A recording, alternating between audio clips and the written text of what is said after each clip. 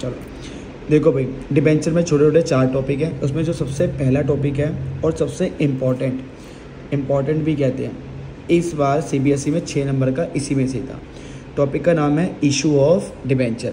Sir ये issue of debenture का मतलब क्या होता है? इशू का मतलब होता है सेल, बेचना। क्या होता है? बेचना। कंपनी किसको बेच रही है? डिबेंचर को। किसको बेच रही है? डिबेंचर को। सर एक बात बताओ, डिबेंचर तो लोन होता है, मैं भी कह रहा हूँ डिबेंचर लोन होता है। अब कंपनी को लोन चाहिए जनरल पब्लिक से। कैसे चाहिए? General public. तो वो कैसे मांगे? अब तुम्हारा नंबर थोड़ी ना उनके पास। अब मान लो रिलायंस कंपनी को लोन चाहिए जनरल पब्लिक से, तो तुम्हारे नंबर थोड़ी ना उनके पास। तो वो कहती है, लोन मांगने का तरीका क्या है? वो कहते हैं हम अपना डिबेंचर बेच रहे हैं। तो डिबेंचर बेचने का मतलब है कंपनी लोन मांग रही है। किससे लोन मांग रही है? जनरल पब्लिक से। तो ये इसका कंसेप्ट है। तो चलो कैसे कैसे बेचना है। तो बेचने के तरीके 3 होते हैं। एक होता है इशू एट पार। अकाउंट्स में पार का मतलब होता है कॉस्ट, चीज़ कॉस्ट टू कॉस्ट बेचिए, ठीक है। और एक किस पे बेच सकते हो? डिस्काउंट पे। किस पे बेच सकते हो? डिस्काउंट। मान लो डिस्काउंट है 10%, ठीक है। या फिर मुनाफे में बेच सकते हो, मतलब एक्स्ट्रा में। प्रीमियम कितना है? 5%, ठीक है भाई। चलो अब एंट्री को स्टार्ट करते हैं। 11 में सबने सीखा हुआ है सेल की एंट्री क्या होती है। बेचने में पैसा आता है, जो पैसा आता है क्या करते हैं? डेबिट। सर कैश डेबिट करें या बैंक? हमेशा बैंक, क्योंकि शेयर और डिबेंचर के चैप्टर में कैश का कोई रोल नहीं। किसका रोल है? बैंक का, ठीक है ना। अब तुम एंट्री क्या करते थे 11th में? अगर तुमने फर्नीचर बेचा है तो बैंक टू फर्नीचर, मशीनरी बेची है तो bank to machinery, land and building बेची है bank to land and building. But अगर तुमने गुड्स बेचे हैं, क्या बेचे हैं? गुड्स, तो क्या जरा bank account debit to sale. But तुमने यहाँ पे क्या बेचा है? डिबेंचर। तो सब अपने नाम से आता है, बट गुड्स अपने नाम से नहीं आता। तो यहाँ तो गुड्स है नहीं, तो तुमने यहाँ डिबेंचर बेचे तो डिबेंचर का नाम आएगा, ठीक है। अब क्या होता है, ये हम तब लिख सकते थे जब डायरेक्ट बिकते हों। ये डायरेक्ट बिकते ही नहीं, इनके लिए पहले अप्लाई करना होता है। तो डिबेंचर के साथ एक और वर्ड आ जाएगा, एप्लीकेशन एंड अलॉटमेंट। तो bank account debit to percentage debenture application and allotment, ठीक है। ये पहली एंट्री है। जो मैं लिख रहा हूँ उस पर ध्यान रखना। पहली एंट्री में तुमने क्या ध्यान देना है कि इशू के टाइम कितना पैसा मिला, बस। और किसी पे ध्यान नहीं देना, मुनाफा है नुकसान है कुछ नहीं देखना। पहली एंट्री में सिर्फ क्या देखना, क्योंकि रिसीविंग की एंट्री है, बैंक डेबिट, कितना पैसा मिला, बस इस पे ध्यान। तो मान लेते हैं एक डिबेंचर की फेस वैल्यू थी 100। तो बताओ अगर 100 की चीज़ 100 में बेचूंगा तो कितने पैसे मिलेंगे? 100। एट अ डिस्काउंट 10% डिस्काउंट में बेचा है तो 100 की चीज़ कितने में बेची होगी? 90। तो देखो अभी मैंने नहीं सोचना मुनाफा नुकसान, बस ये देखना है कितना पैसा मिला। पहले में 100 मिले, दूसरे में 90। प्रीमियम का मतलब हर बच्चों को लगता है प्रॉफिट होता है, जी नहीं। प्रीमियम का मतलब होता है एक्स्ट्रा में। तो 100 का 5% कितना हो गया? 5 रुपये एक्स्ट्रा में बेचा तो कितने हो गए? 105। तो ये मेरी पहली एंट्री हो गई। पहले केस में पूरे 100 मिले, दूसरे केस में कितने मिले? 90, तीसरे केस में कितने मिले? 105। अब जैसे जैसे प्रोसेस बता रहा हूँ वैसे वैसे फॉलो। सेम अमाउंट से डेबिट। तो जरा करते हैं, percentage debenture application and allotment, ये वही वर्ड, ठीक है। यहाँ लाइन का मतलब होता है एक लाइन छोड़ देनी है। अब सिर्फ लिखना है परसेंटेज डिबेंचर।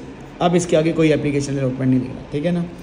ये तो सेम अमाउंट से क्या होगा? डेबिट। यहाँ पे क्रेडिट 100 से था तो डेबिट भी कितने से होगा? 100। यहाँ पे 90 था, यहाँ पे कितना आएगा? 90। यहाँ पे 105 था, कितना आएगा? 105। पूरे चैप्टर में जहाँ पे परसेंटेज डिबेंचर होगा ये हमेशा फेस वैल्यू पे होगा। किस पे होगा? Face value. और मैंने फेस वैल्यू क्वेश्चन में क्या ज्यूम करी है? 100। तो यहाँ तो हर जगह 100 होगा। यहाँ तक पहले पहुँच जाओ। तो यहाँ तक पहले थोड़ा रिवाइज करते हैं। जब हम पहली एंट्री मारेंगे, bank account debit to debenture application allotment, कितना पैसा मिला? कितना मिला? 100, 90, 105। सेम अमाउंट से डेबिट 100, 90, 105। एक लाइन छोड़ के परसेंटेज डिबेंचर, ये हमेशा किस पे होगा? Face value. 100, 100, 100। अब यहाँ से इस कंसेप्ट की शुरुआत होती है। तो देखो इधर, इतना लिखने के बाद तुम्हें सबसे पहले सोचना है नुकसान। क्या सोचना है? नुकसान। सर नहीं मैं तो पहले मुनाफा सोचूंगा, तो फिर तुम गलत करोगे, क्योंकि ये चैप्टर ही मेन नुकसान के ऊपर है, ठीक है ना। सर नुकसान कहाँ का सोचना है? तो पहले मैं तुम्हारे यहाँ पे 3 केस लिखता हूँ। पहला case, issue at par. Issue किस पे करा है? पार पे। साथ में रिडम्पशन एट पार। ये क्वेश्चन में दोनों चीज़ें लिखी होंगी कि इशू किस पे है और रिडम्पशन किस पे है, ठीक है ना। तो नुकसान कहाँ का सोचना है, दोनों जगह, इशू के टाइम पे भी और रिडम्पशन के टाइम पे भी। इशू के टाइम क्या चीज़ बोल दे, रिडम्पशन। रिडम्पशन क्या होता है बताता हूँ। इशू मतलब होता है बेचना, रिडम्पशन मतलब होता है पैसे चुकाना, रीपे। अब तुमने लोन बेचा, किसी से लोन लिया तो रीपे भी तो करेगा, तो कंपनी रीपे के लिए कह रही है कि कंपनी, इसका मतलब होता है कंपनी ने जितने, रिडम्पशन एट पार का मतलब है जितने पैसे लिए थे उतने वापस देगी, सेम पार। 100 लिए 100 चुकाएगी, 90 लिए 90 चुकाएगी, 105 लिए 105 चुकाएगी, ठीक है ना। चल अब नुकसान सोचते हैं। इशू के टाइम, इशू ना पार पे हुआ है, क्या कोई नुकसान है? नहीं। पार पे कभी ना नुकसान होता है ना ही मुनाफा, तो इशू के टाइम पे तो मुझे कोई नुकसान नहीं मिला। अब नुकसान कहाँ पे सोचना है, रिडम्पशन। यहाँ देखा रिडम्पशन भी पार पे है, तो पार पे फिर से कोई नुकसान नहीं है, तो मुझे कोई नुकसान नहीं मिला, ना यहाँ पे ना यहाँ पे। तो इसका मतलब है ये लाइन खाली छूटी रह जाएगी क्योंकि मुझे नुकसान मिला ही नहीं। 6 केस हैं समझने के लिए, एक एक केस 20-20% समझते जाओ, पूरा केस खत्म हो जाएगा। नुकसान के बाद क्या सोचते हैं, मुनाफा। क्या सोचना है, मुनाफा। मुनाफा सिर्फ एक ही जगह सोचना है, इशू के टाइम। कहाँ पे सोचना है, इशू के टाइम। सर ऐसा क्यों, वो क्लास का कंसेप्ट है पढ़े वाला, ये क्वेश्चन ओरिएंटेड है, फटाफट, ठीक है ना। मुनाफा सिर्फ इशू के टाइम। चलो इशू चेक करते हैं, इशू किस पे है, पार। क्या कोई मुनाफा हुआ, नहीं, तो ना ही मुझे कोई नुकसान मिला, ना ही मुझे कोई मुनाफा। सर जब मिलेगा बताता हूँ, कुछ नहीं मिला तो पहला केस खत्म। तो देखो डेबिट कितने था, 100 से, क्रेडिट कितने थे, 100, एंट्री खत्म, ये पहला केस था। दूसरा, अब दूसरा है इशू किस पे करना है, डिस्काउंट पे। किस पे करना है, डिस्काउंट। तो दूसरे केस का नाम है इशू एट डिस्काउंट। रिडम्पशन वही लेके चल रहा हूँ पार पे। इधर देखो, चल पहले तो कर ही देना है, सेम अमाउंट से डेबिट, एक लाइन छोड़ के परसेंटेज डिबेंचर फेस वैल्यू से। अब यहाँ सोचना है नुकसान और मुनाफा, पहले नहीं सोचना। चल भैया तू बताइए, नुकसान इशू के टाइम, इशू एट डिस्काउंट है, नुकसान है क्योंकि इशू क्या पड़ता है, बेचना। अगर तो डिस्काउंट में बेचेगा तो क्या होगा, नुकसान। कितने का नुकसान हुआ था, 10 का। इशू वाला जो नुकसान होता है, जगह नहीं छोड़ी मैंने, चल कोई नहीं। इशू वाला नुकसान जो होता है वो एक ही बार रिकॉर्ड होता है। कितनी बार रिकॉर्ड होता है, एक बार। अच्छा, नुकसान 11th का रूल है, नुकसान हमेशा क्या करते हैं, डेबिट। अब कई स्कूल वाले इसको बोलते हैं डिस्काउंट ऑन इशू डिबेंचर, पर हम एक ही लेके चलेंगे, उसका नाम लिखेंगे loss on issue of debenture, ठीक है ना। तो आ जाओ जी, एक लाइन मैंने छोड़ी हुई थी ऑलरेडी। हाँ भाई, कितने का लॉस था तूने अभी बताया, 10। सेकंड केस बता, 10। चल अब तूने मुझे ये तो बता दिया इशू के टाइम पे नुकसान। अब वो नुकसान कहाँ सोचना है, रिडम्पशन। पर यहाँ रिडम्पशन पार पर ही है, किस पे है, पार। तो पार पे कोई नुकसान नहीं है। रिडम्पशन की एंट्री होगी, बता रहा हूँ, नहीं वो डिलीट हो चुकी है। रिडम्पशन के टाइम पे कोई नुकसान नहीं है, तो नुकसान का काम तो हो गया। अब अगली बारी किसकी है, मुनाफे की। मुनाफा सिर्फ इशू के टाइम, इशू एट डिस्काउंट था, क्या कोई मुनाफा हुआ था, तो मुनाफा नहीं हुआ, बस खत्म। तो देख डेबिट 100 से हो गया, क्रेडिट भी कितने से, 100, तो ये दूसरा केस भी खत्म, ठीक है ना। बस यही देखना है और एक एक करके सारे केस आ जाएंगे यहाँ पे। अब आखिरी इशू किस पे हुआ है, प्रीमियम पे।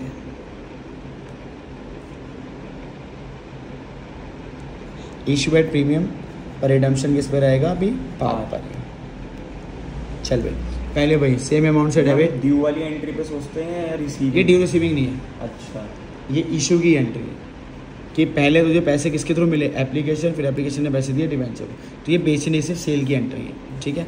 इधर देखो 105 डेबिट हो गया, एक लाइन छोड़ के परसेंटेज डिबेंचर फेस वैल्यू भी हो गया। अब ये दोनों लिखने के बाद हम क्या सोचते हैं, नुकसान। नुकसान दोनों जगह सोचना है। आजा पहले इशू को हम बोलेंगे बेचेंगे, हमने एक्स्ट्रा में बेचा तो इशू के टाइम पे कोई नुकसान नहीं है। अब कहाँ पे सोचना है, रिडम्पशन। पर रिडम्पशन तो पार पर है, तो फिर कोई नुकसान नहीं हुआ, तो मुझे कोई भी नुकसान नहीं मिला, ना यहाँ ना यहाँ। तो ये लाइन फिर से ऐसी की ऐसी एज इट इज़ छूटी रह जाएगी। नुकसान के बाद क्या सोचते हैं, मुनाफा। और मुनाफा सिर्फ इशू के टाइम। तूने एक्स्ट्रा में बेचा है तो बता इशू के टाइम पे मुनाफा हुआ है, हाँ। तो अगर ये भी मुनाफा भी एक ही बार रिकॉर्ड होता है। अगर नुकसान डेबिट होता है तो मुनाफा क्या करते हैं, क्रेडिट। सर क्रेडिट किसके नाम से होगा, सिक्योरिटी प्रीमियम। बिल्कुल ओके, सिक्योरिटी प्रीमियम। तो तूने बताया मुनाफा क्रेडिट करते हैं, हाँ। तो टू सिक्योरिटीज प्रीमियम। कितने मुनाफा था? 5, क्योंकि मैंने यहाँ पे प्रीमियम कितना लिया था? 5। अब डेबिट में भी 105 और क्रेडिट में भी 105। इसका मतलब है मुनाफा सोचने के बाद कुछ आगे है ही नहीं, एंट्री खत्म होती। तो ये हो गए 3 केस। अब कितने बचे हैं? 3 और। तो यहाँ से अगर 40 to 50 समझ आ गया, ये आगे भी यही करना है, ठीक है ना? आगे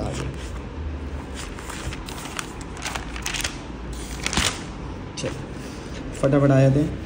अब इधर देख भाई, देख इशू किस किस पे था? पार पे। डिस्काउंट कितना था? 10%। अब थोड़ा स्पीड बढ़ाऊंगा क्योंकि वो पुराना ही है।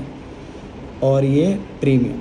अच्छा, अब ना रिडम्पशन हमने यहाँ पे क्या करा था? एट पार करा था।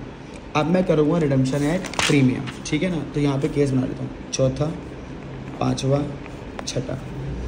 इशू के एंट्री तो मैं आनी थी तो आएगा क्वेश्चन में, मतलब एंट्री तो मैं करनी नहीं है, आप कह रहे हो एंट्री डिलीट है ना? रिडम्पशन की, ये इशू की एंट्री है दोनों, ये अच्छा, दोनों एंट्री है इशू की है। रिडम्पशन की तो पैसे तो ना चुका रहा है, कहाँ लिखा टू बैंक? अच्छा, अगर रिडम्पशन पार पे नहीं होगा तो उसकी एक और एंट्री होगी? बताता हूँ, वो तो वही तो समझा रहा हूँ। ये दोनों एंट्री इशू की हैं, रिडम्पशन की नहीं है। रिडम्पशन को तो नुकसान सोचना है, अब वो कंसेप्ट यहाँ आएगा, वही बताऊँगा। Issue at par, issue at discount, discount में बेच सकता है, इशू एट प्रीमियम। अब साथ में चेंज कर रहा हूँ, रिडम्पशन आ रहा है प्रीमियम पे। किस पे आएगा? प्रीमियम पे। तो मैं ऐसे ही ले लेता हूँ 10%। Redemption at premium 10%, redemption at premium 10%। देख, अब मैंने कुछ नहीं करा, सब कुछ सेम करा, पर मैंने बस रिडम्पशन को चेंज करा है। किसको चेंज करा है? रिडम्पशन। ठीक है, मैं रिडम्पशन प्रीमियम पे लेके आऊँ। तो मेरा क्वेश्चन ये है, क्या पहली एंट्री को फ़र्क पड़ेगा रिडम्पशन से? नहीं, क्योंकि मैंने सिर्फ यहाँ क्या लिखा था कि बस इशू के टाइम कितना मिला। मैंने तो रिडम्पशन देखा भी नहीं था। तो पहली एंट्री में जो बंदा रिडम्पशन के बारे में सोचता है वो वैसे ही गलत करता है। पहली एंट्री में सिर्फ क्या देखना है? इशू के टाइम पे कितना पैसा मिला। तो यहाँ पे तो वही सेम रहेगा। तो पहले बता, फेस वैल्यू 100 थी। हाँ। तो बता पहले केस में कितने मिले? 100 मिले, दूसरे केस में 90, और ये ऑलरेडी हम पीछे एक्सप्लेन कर चुके हैं। तो इसका मतलब है पहली एंट्री को रिडम्पशन से कोई लेना देना नहीं है। पर कोई महामूर्ख जो पहली एंट्री में सोचता है, फिर वो गलत ही करता है, क्योंकि मैंने यहाँ लिखा हुआ है इशू के टाइम कितना पैसा मिला। मैंने यहाँ रिडम्पशन का रोल ही नहीं लिया। तो कितना पैसा मिला, बस वही 100, 90, 105। Debenture application and allotment. तो ए एंड ए का मतलब है एप्लीकेशन एंड अलॉटमेंट। अब सबसे पहला काम मेरा क्या होता है? सेम अमाउंट से debit, debenture application and allotment account debit. तो डेबिट सेम अमाउंट से, यहाँ 100 से था तो यहाँ पे क्या आएगा? 100, 90 और 105। 90।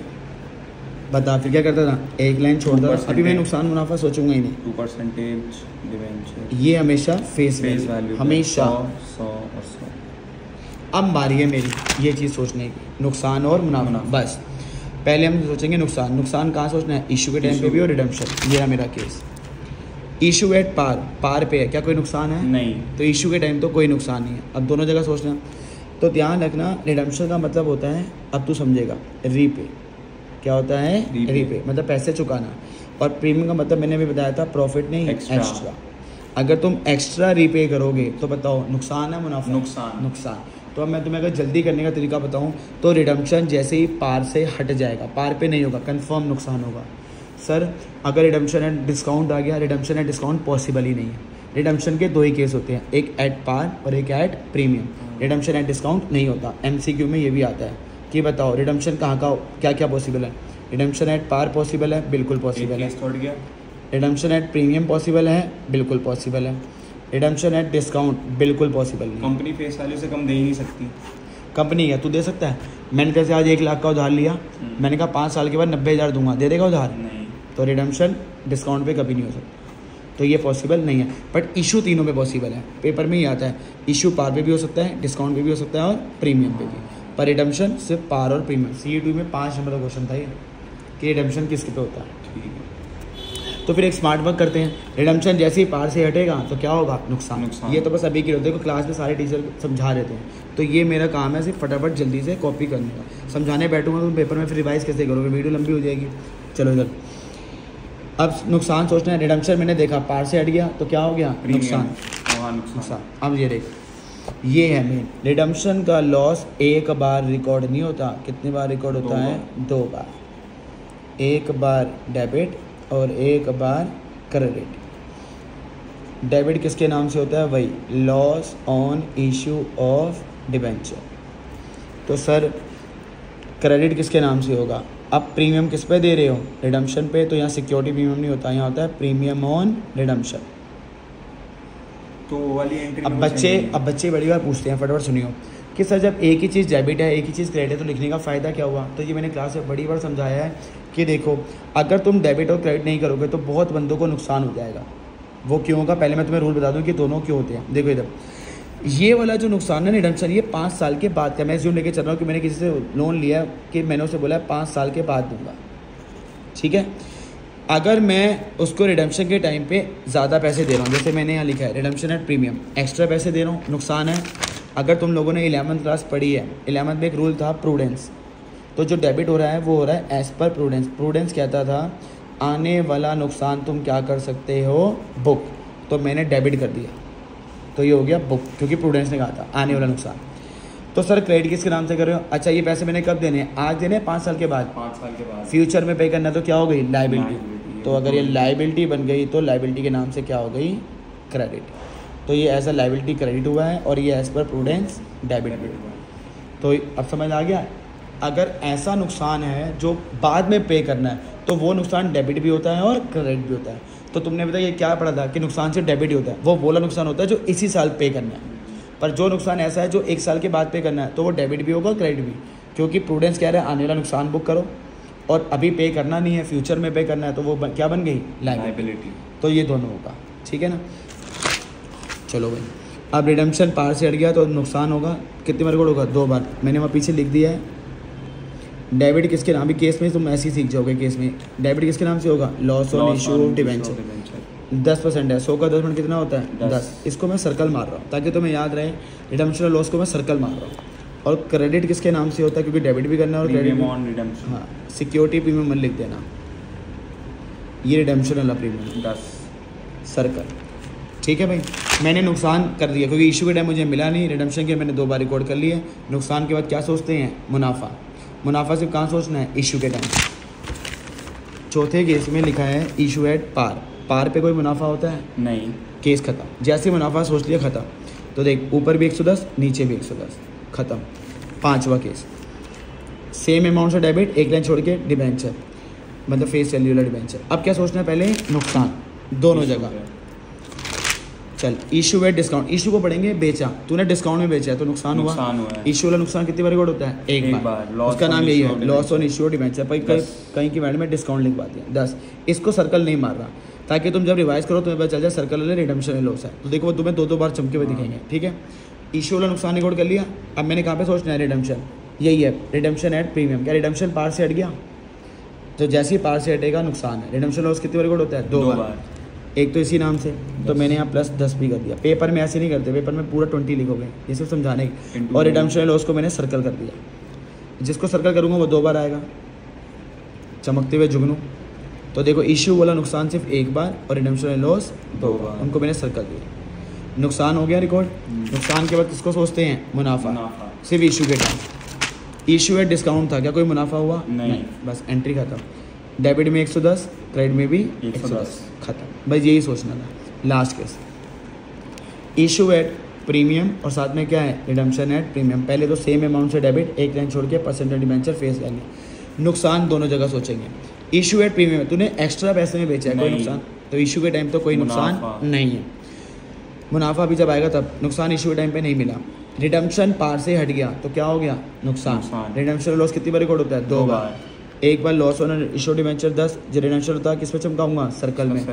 सर्कल है तो नीचे भी आएगा, किसके नाम से? Premium on. नुकसान हो गया। नुकसान के बाद क्या सोचते हैं? मुनाफा। इशू के टाइम तूने एक्स्ट्रा पैसों में बेचा है, मुनाफा। और इशू वाली चीज़ एक ही बार रिकॉर्ड होती है। मुनाफा क्या करेंगे? क्रेडिट। अब इशू वाला प्रीमियम किसके नाम से होगा? Security premium. तो देखो नाम सिमिलर है पर समझ आ रहा है कि रिडम्पशन वाला प्रीमियम प्रीमियम ऑन रिडम्पशन और इशू वाला सिक्योरिटी प्रीमियम हो गया। डेबिट में 115, क्रेडिट में 115। तो ये था टॉपिक, ठीक है ना। अगर देखा जाए तो मेन कहानी यही है बस। ये जो पेज है ये स्क्रीनशॉट मार के अपने हिसाब से लिख लेना।